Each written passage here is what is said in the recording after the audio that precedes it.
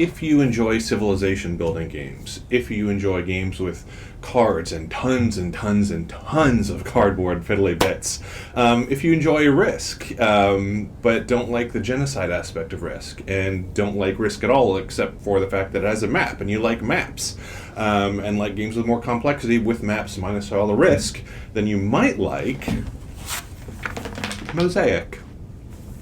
It's quite nice, isn't it? So, let's go to the table and see what is in this big old box. All right, here's the Mosaic History of Civilization box. It is heavy. You can see on the back a nice kind of review of what the board might look like set up. You can see a little bit of damage right here. That's because I was a butterfingers and dropped the thing, unfortunately. But no matter. A little packing tape will solve that. So let's open this up.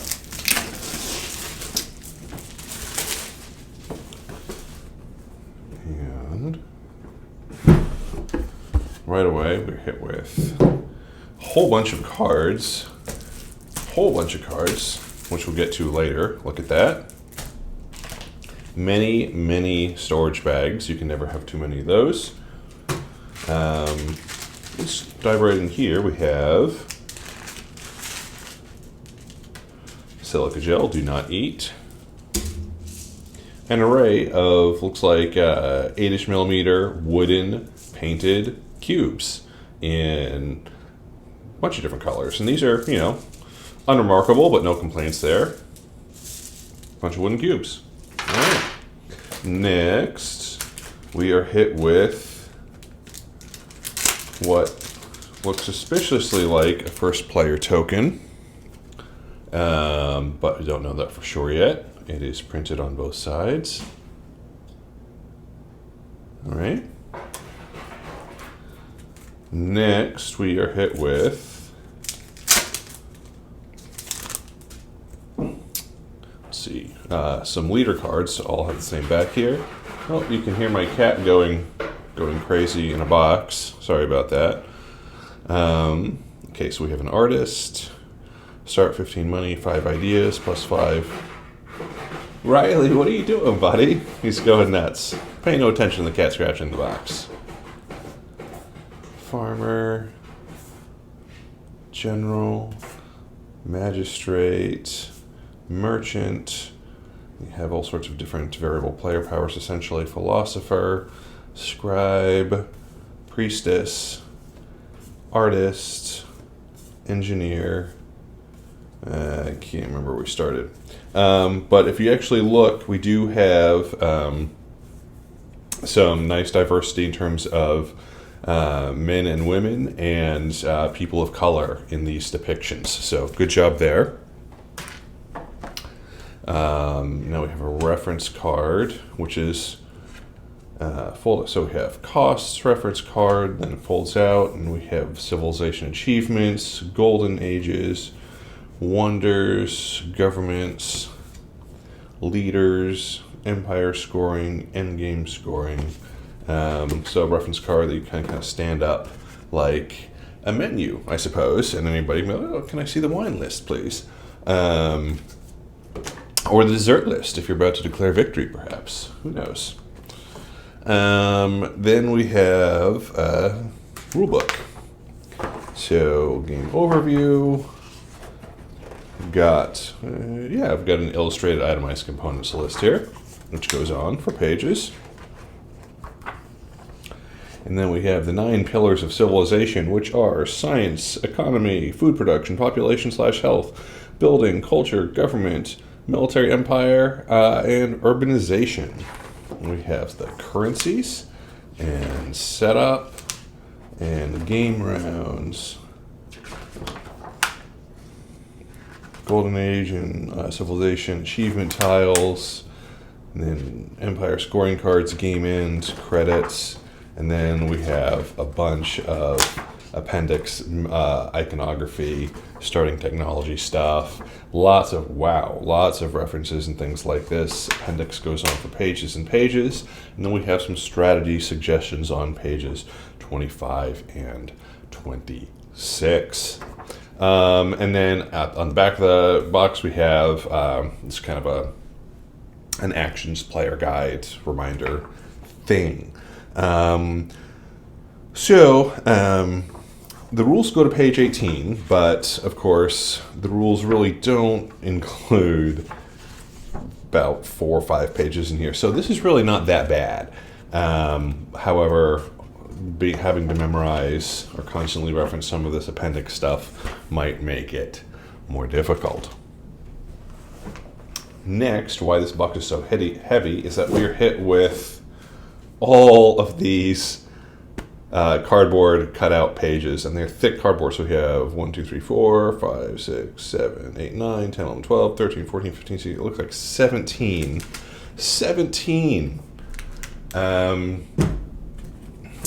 sheets of cardboard, things to cut out. So these come out pretty easily. They're printed on both sides, but they're printed, Wonder, Golden Age, Wonder. So just looking at a few of these, we have Stonehenge. 1 victory point, it looks like. I assume that's what that means. What else could the VP possibly mean in this context? /2 population. And then we have the Great Pyramid, which is 12 VP, may only be built in a region with 3 or more cities. Hanging Gardens, again, these are wonders, right? Colosseum of Rome, Lighthouse of Alexandria, Temple of Archimedes, and we have architecture, which is Golden Age. And these are like card tiles, essentially. So, and you see a whole bunch more of those there, and you can see Wonder, Golden Age. And then here we have these little things. Oh, lost one. We'll get it back. Oh, there it is. Which look like military units. And we have some artillery here, some catapults, and things like that, which are, and they are. Okay, so it says siege engine. It's a catapult, but it says siege engine there. And then it says infantry there. So I'm just going to briefly hold up each one of these sheets, because obviously it doesn't make any sense to punch them all out right here.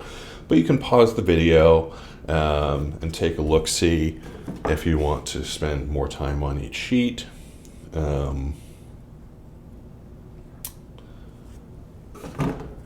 Then here, we'll spend some more time here because we have a whole bunch of, these are printed on both sides. Looks like we have some stone tokens and some scroll tokens, and looks like wheat, fish, books and literature, things like that. And we have more of the same, essentially. Here we have coins. I'll just punch a few of these out, and again, these punch out quite nicely. Again, they are printed on both sides, but here we have trade goods and different icons and things like that. So trade goods, we got, looks like wood, pottery. I don't know if this is potion or alchemy or something like that, but then we have coins, horses, a whole bunch of stuff there. These punch boards are going to take a long time to go through. More trade goods here, as well as some other kind of bonus tokens.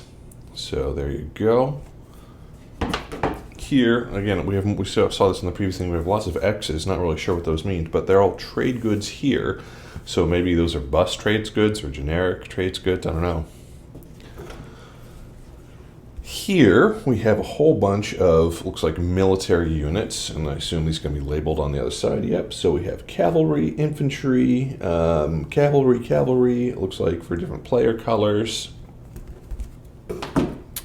And we have more of the same here, because you can never have too many military units, right? Now, we have some more coinage here, and we have hexes. Hexes. Sorry, I'm a little froggy this morning. We need a sip of the coffee here, perhaps. It's darn tasty. All right. And yeah, and on the other side you actually see, so we have cities, farm towns, and things like that. Here, again, we have more coins, and then we have cities. And again, these looks like they're laid out by player color, obviously, right? You punch these out, And you can see they do have the player blue around the outside there. I have green and yellow, same kind of stuff. Same kind of stuff, right? Same kind of stuff. Cities for red, farms, factories, whatnot. Now here we have, looks like even more coinage and like worker tokens. We've seen some of those before. And then finally we have more coinage and more worker tokens for the various player, excuse me, colors. Now,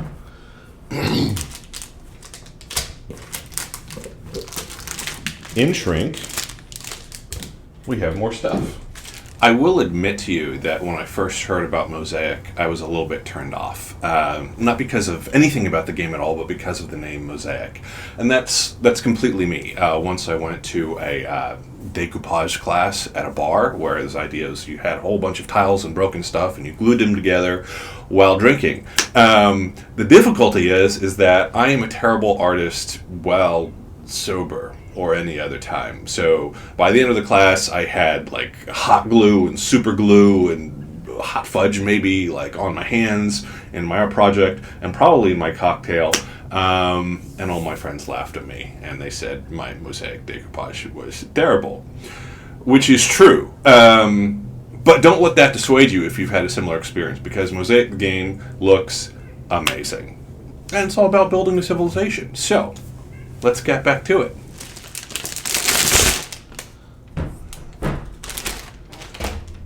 Now we are hit with player boards. We're hit with a purple player board, a gray player board, a yellow player board, a green player board, a blue player board, and a red player board that are all single-sided. I don't know why they didn't put Mosaic on the back here or something, but you know, that's what I cut a cost. And you can see here that you have a place for trade goods, which we've already seen those, cutouts here. Trade goods and then production. You will notice that these are single-layer player boards. They are not recessed, which is a tragedy. Maybe a travesty as well. In board games in 2022. Everything so nice has actually been has been really nice. So the fact that these are not double layered recessed boards is just kind of poopy. I have to say, it's not gonna break the game. It's not gonna break fun playing the game, hopefully. But I just, I think going through all the components thus far, I was like, oh, when we get to player boards, they're gonna be recessed. They are not. Okay. So we have Rome right here. We have different types. So we have Greece. We have different art for the Greece board. And we have Gaul, different art here. That's very nice. And we have Egypt. And Carthage. And Syria. And I do like how they made these, gave these boards different art in that particular way. Again, why didn't they at least put this same art on the back? Missed opportunity, have to say. Okay, so we move all this out of the way. And we move this coffee out of the way. And we move this box move that out of the way. And these cards out of the way. And we're going to open up this board. So this looks like it's an 8-fold section board, one-sided, clearly. Stand by. This is a very large board, I have to say. If I can get my stuff together here. So large, I can't show you the entire thing. So you just bend it down, bend it back a little bit, and it will... Yeah, just bend it back against the folds a little bit, and it will lay flat mostly. You have to do a little bit more bending. But up here at the top, you will see we have a place for wonders and a whole bunch of build cards, technology. Is that enough technologies? And then you have, this is a hex grid map. and clearly, color coordinated based on where the different players start. So we have Gaul, Egypt, Greece, so on and so forth. The Rome right here, right? You have cards down at the bottom, card spaces, tax and tariff, holding area, military, government. Lots going on here. And it actually is, I think, a pretty compelling, beautiful map to look at. And I gotta say, I kind of do like hex grid maps, being a 80s board game hex scrawl kid. So there's the map, folds back up in a very intuitive way. Lastly, we have these 4 decks of cards that we were hit with at the top of the box. So if I can bust into these,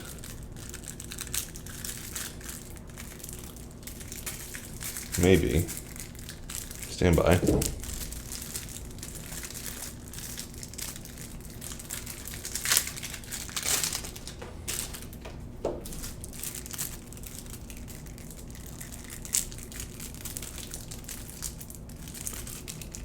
Well, this is a real struggle.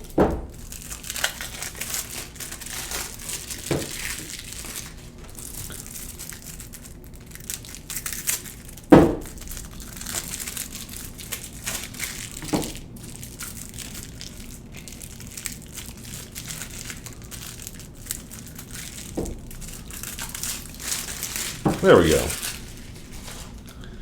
All right, so let's see if we need to organize these. Okay, so these are all technology cards. These are all build cards. These are more technology cards. Tons of technology, just stack that right there. And then we have tax and tariff and population. Okay, so we'll start with population. And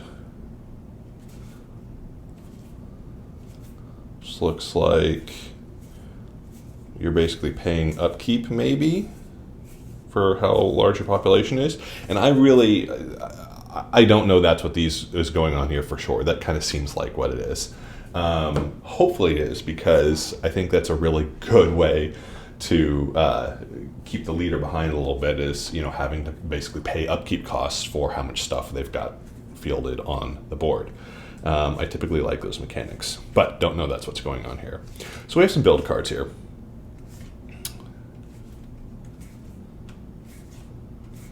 So a lot of repetitive art, as you can see. But the mechanics, you got some iconography here, obviously, but the mechanics are fairly simple in terms of what these cards have you do, it looks like. And we have some tariff cards. Again, we got some very repetitive artwork here, very repetitive artwork, some tax. Again, you can pause the video if you want to see these cards in more detail. Tax and tariff, and then we have this, we're hit with this big technology deck, which is, I think, at least the technology deck is greater than all the other cards combined, because this is technology. So it just gives you oh shoot, in opening a deck I scored a card, oh well. It gives you a kind of glimpse at the focus of the game. And here you can see that all of this artwork is different. So this is where they put their art budget, by and large. And this is very cool. I love decks of cards, and I love huge technology trees, or however you do it. Seeds, sewers, siege engines, spears. I'm a tech guy. In terms of, by tech guy, I mean not working in tech, but loving technology mechanics in board games. So, we're almost at the end of this massive deck of technology.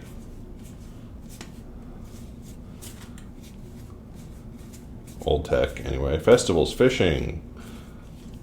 And this that is everything that comes in the game of Mosaic. I'm actually very excited about Mosaic because I tend to love civilization building games. I love big decks of cards, of which there are many, many in this game. And I enjoy maps, both within and outside of the board gaming context. I think maps are fantastic, and I love the abstracted projection of the Mosaic map. I think it's absolutely delightful. So that's really all I have. So please do like, subscribe, leave a comment, share with your friends, become engaged with us on any of our social media channels or on our website at www.coraxandcoffee.com. We will be back next week with more unboxings and more other types of content. Until then, see ya.